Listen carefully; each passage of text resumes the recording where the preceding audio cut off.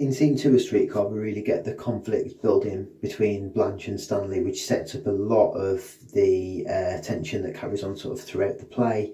I think it's also very good for Williams' methods in terms of showing two conflicted ways of seeing the world. Now, a lot of essays that I come across talk about, the New South and the Old South. Blanche's, notions of how the world should be, and this idea of her own prosperity versus Stanley being an immigrant. But I think there's a lot more that you could look at here in terms of maybe ways of seeing the world that you could link to Williams's methods. The first line, the first stage direction, is that Blanche is bathing. Now, obviously, that represents her desire for purity, but you get a lot of fire and water imagery throughout the play. These two big opposing forces, and I think that represents perhaps Stanley and Blanche's ways of seeing the world. Stanley, for example, gets soaked with the fire hose, or there's a reference to him being soaked with the fire hose. There's the fire escape. Blanche shouts fire. So in each of these cases, fire represents something very threatening to Blanche, something very masculine, perhaps linked to World War II. A lot of the bombs and the fires of World War II, I guess. It's something very masculine, something very threatening. Water seems to be the opposite. Blanche spends her time in the bath. She dreams of going out and dying at sea, so it's her escape. Bellerive itself, of course, could mean beautiful shore, so we get the sense that water is something healing for Blanche, and it's her own imagination. So fire would be the literal world, and water would be her imagination. We get, Stella says towards the bottom of page 16, Blanche is soaking in a hot tub to quiet her nerves. So this southern decline is very much linked with the water. The water is sort of the way out. Blanche's imagination is the answer to her own southern decline. Remember, Williams himself has experienced southern decline, and his own imagination is his way out. His playwriting. So we get this link between Williams and Blanche set up here. Stella says towards the top of page 17, try to understand her and be nice to her, Stan, which Williams juxtaposes with Blanche singing in the background, from the land of the sky blue water they brought a captive maid. So again, it's water yet again while she's in the bath. This is a song about slavery, and of course to the audience watching this, that's something quite jarring. The audience are meant to sort of see Blanche as a bit of a throwback to a time that has gone and should have gone. But also with that mention of water, again, it's that Southern Gothic idea.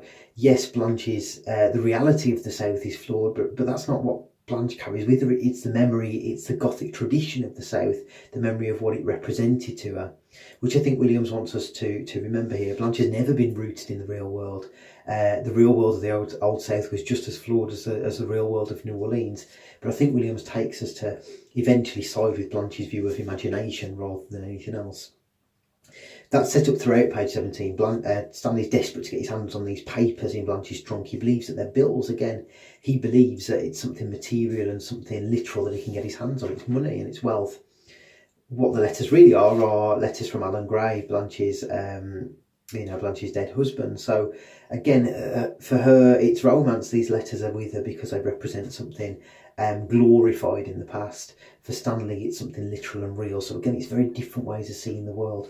And by gradually taking us into plastic theatre, Williams forces us bit by bit to side more and more with Blanche. Stanley says towards the bottom of page 19, the Kowalskis and the Dubois have different notions. Stella says, indeed, they have, thank heavens. Now, there's a lot to be made here that this is a class thing, and it sort of is. It's Stanley as this new lower class immigrant character. But it's also about the ways of seeing the world in terms of the literal versus the imaginative. Blanche shows that on page 20. She emerges from the bath and says, I'm freshly bathed and scented and feeling like a brand new human being. We talked about in scene 1 how this is like purgatory for Blanche. This is like a death. But through the water, there's this sense of a rebirth. And as she leaves the stage for the very last time at the end of the play, perhaps Williams is implying that there is some kind of symbolic rebirth for her there through our own imagination and watching it. That's actually what allows Blanche to live on as Stella just carries on in the real and quite depressing world. We get the bizarre situation then when Blanche and Stanley start sort of almost flirting, but in quite a threatening way. Top of page 21, Stanley asks, what does it cost for a string of fur pieces like that? And Blanche says they were a tribute from an admirer of mine. Again, Stanley believes, and he says halfway down page 21, some men are took in by this Hollywood glamour stuff and some men are not.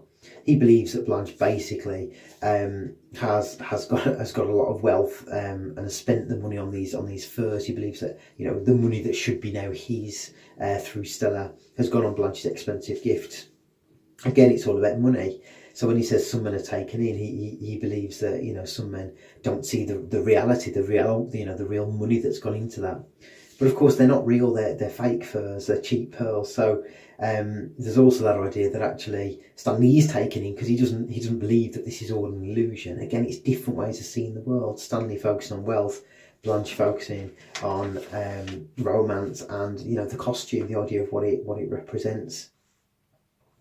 This sort of carries on then throughout the next few pages, and then we get the, you know, Stanley looking at the letters, page 23, halfway down. Blanche says, "These are love letters yellowing with antiquity, all from one boy."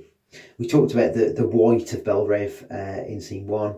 Stanley later talks about pulling Stella down from the white columns, and of course these letters are yellowing, so there's that sense again that the white was the old way of life, the dreams of the Old South, and now that's kind of decaying just like those letters.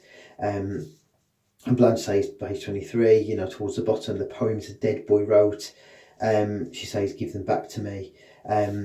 You know, because again it shows that it's like ripping the lantern off. It's hurting.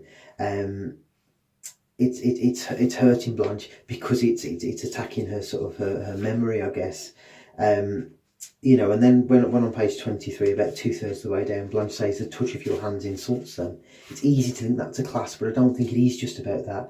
It's Stanley taking an idea, a kind of concept, her romance, and making it literal. It's not just about class, it's about, again, his very literal way of seeing the world. And Blanche doesn't want that. Blanche wants romance. You know, she says at the end, doesn't she, "I don't represent the world as it is, I represent what the world should be." And that's not lying, and that's William's point, you know. Williams does exactly the same thing. He doesn't give us reality, he gives us plastic theatre. He shows what the world should be like, or how he wants to represent ideas, and Blanche is doing the same here. We get a real clear image of Southern Gothic on page 24. Blanche talking about her father and uncles and brothers exchange the land for their epic fornications. You know, this sense that, like the letters yellowing with antiquity, the South and the dream of the South has basically crumbled too. And the monologue ends by saying, "It's wonderfully fitting that Belrive should finally be this bunch of old papers in your big, capable hands." We get the primitivism and you know, Stanley's size and power, but also this idea that he's animalistic. But it's also about, you know, the change in America. It's not just about the new America versus old. It's about the literal world taking over Blanche's dreams. You know, the coloured lights and the bright colours replacing her white. Stanley reveals, bottom of page 24, that he has to take an interest in his wife's affairs, especially now that she's going to have a baby. Again, you know, Stanley justifying his focus on the literal world through Stella's unborn child.